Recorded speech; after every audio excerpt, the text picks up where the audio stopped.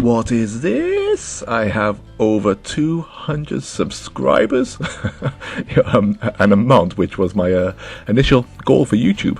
But still an amount that seemed utterly daunting, and I never expected to reach it. To be fair, cheers all. Not sure why you keep continuing to listen to my very monotone voice, but I appreciate it nonetheless. For those who have been here from the start, you're sexual as always. Thank you, and for those who are just joining me, I'm sure you're sexual anyway. Thanks for listening to me. My content will continue to be varied, from general discussions, news stories, the odd review and soundtrack, plus me looking into certain aspects of certain games that I love, plus a few other things I have planned for the future. So do me a favour and stick around. So there's been some great stuff coming out of the Gamescom. Grandia 1 and 2 is coming to the Switch. Yes, I love those games. Can't wait for those. But I thought I'd just do another random topic here with some random Outrun 2 gameplay. Mostly because I couldn't think of any other gameplay to put with this. Hopefully it stimulates your visuals just enough to get you through this discussion.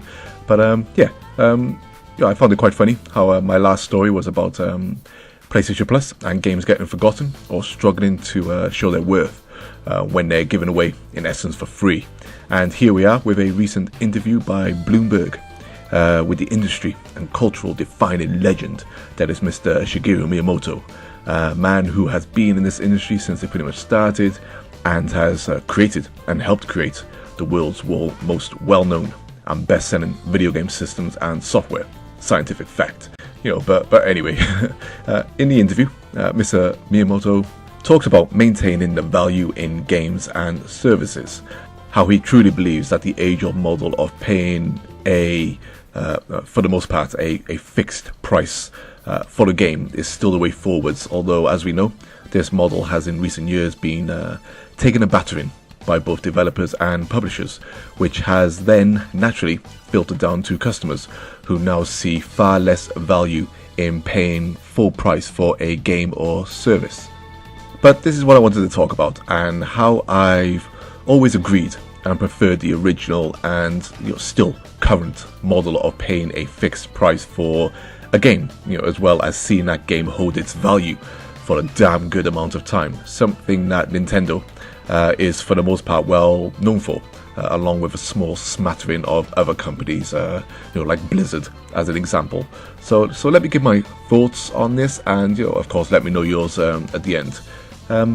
Many people will disagree with this, but one thing I've always loved about Nintendo and Blizzard is how they, for the most part, maintain the same price for their major offerings. There's something comforting in knowing that when I pay £50 for a Legend of Zelda title, I have almost full confidence in knowing that that game price won't suddenly drop down in price a month or a few months later, not making my initial purchase price feel a little bit cheated, if it did drop down. Not only that, Nintendo and Blizzard, built a quality of standards in their major offerings that has instilled in me a level of confidence that I know, for the most part, they have tried to create a product that is fitting of their name and one their consumers will enjoy and embrace. Not just for the short term, but for the long term. So with that premium product comes that premium price. I've personally never had a problem paying a premium price for the premium product. Why would I? This very same notion can be applied to anything we decide to pay to spend our money on. It's why certain brands thrive whilst others don't, and how many companies build their reputations. In video games, as we know, though, this is something that is very hard to maintain, especially when companies like Ubisoft, EA, Activision, Capcom, etc. can turn out yearly editions of some of their more popular IPs and have built up a certain expectation in their consumers that their output, although a certain level of quality, will hold little value for long, as their games are quickly reduced in price and a new sequel is a mere year, sometimes less, around the corner. This for me instantly doesn't make me want to pay full retail price for much of their software, because I know that it'll most likely be reduced soon, as well as learning that their software has varying levels of quality. Because no matter what people say to me, I just can't see how companies are able to create true premium quality products in such a short space of time, continually on an annual basis, especially in the same franchise, let alone having those games hold their value for the foreseeable future.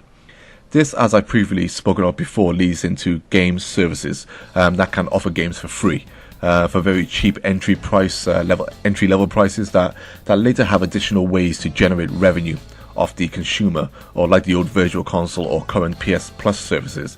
It's in many ways absolutely vital that platform holders, as a publisher as well, to ensure that these games get continuous visibility as much as possible, or we run into the realms of games once again getting forgotten and put to the back of the pile.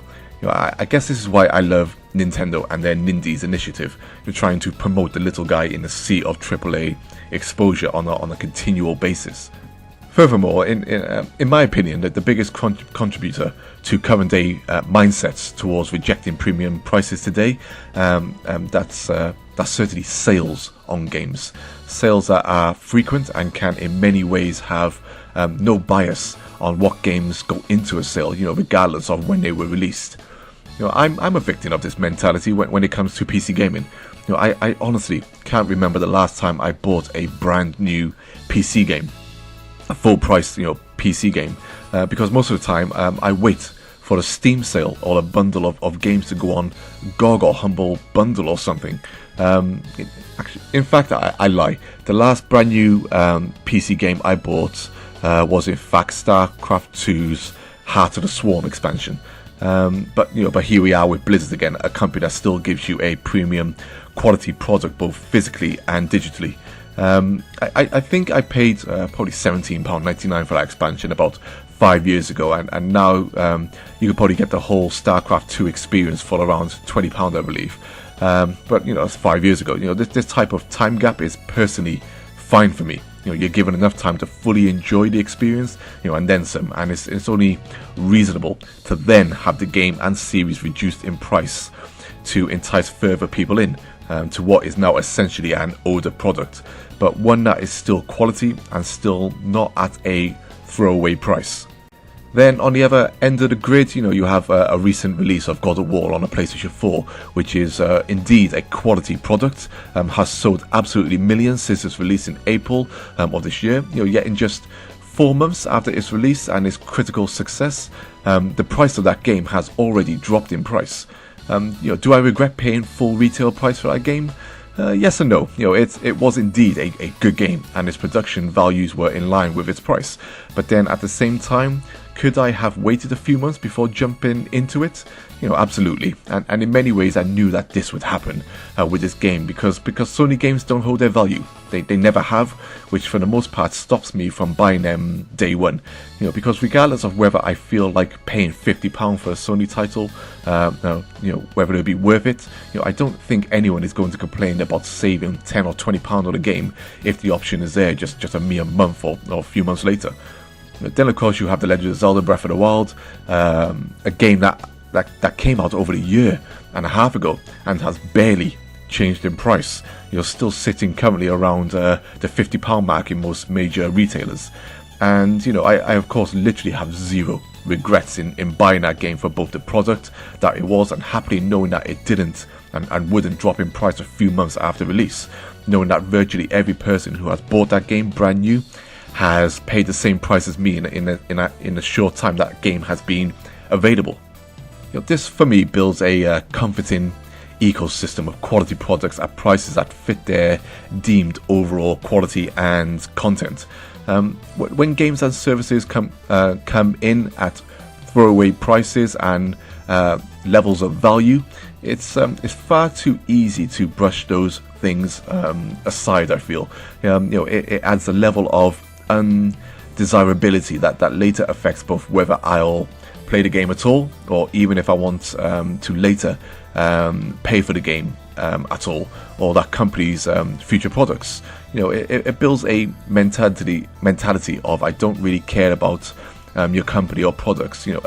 well, at least in my mind. But this is not about indie titles, or middleware titles. I'm kind of trying to keep this in the scopes of the big AAA titles for the most part, because you always get exceptions. We have to remember that we always get exceptions.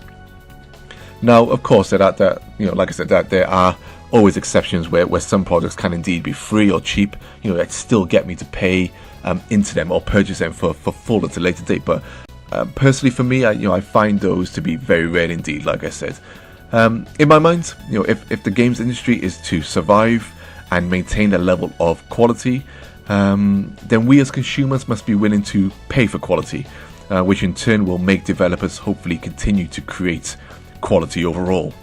Now, I know I mentioned Nintendo and Blizzard in here, and trust me, they don't get off too lightly, as they can both create some products that can feel limp and overpriced when compared to their usual offerings. Nintendo more so, because they create far more output than Blizzard. So there's always room for slip-ups every now and then. Animal Crossing Amiibo Festival examples and stuff like that. But anyway, I think I was waffled on long enough here, and I'd love to hear your thoughts on this matter. Are you happy to pay a full price for games today? Do you get pissed off when the game drops in price, soon after? Or what is your preferred model of payment overall in this industry? From I say old school, I hate using old school in terms of just paying full price, for the normal game release. But anyway, as always, thanks for listening, and I look forward to your comments below. Take care all. Peace.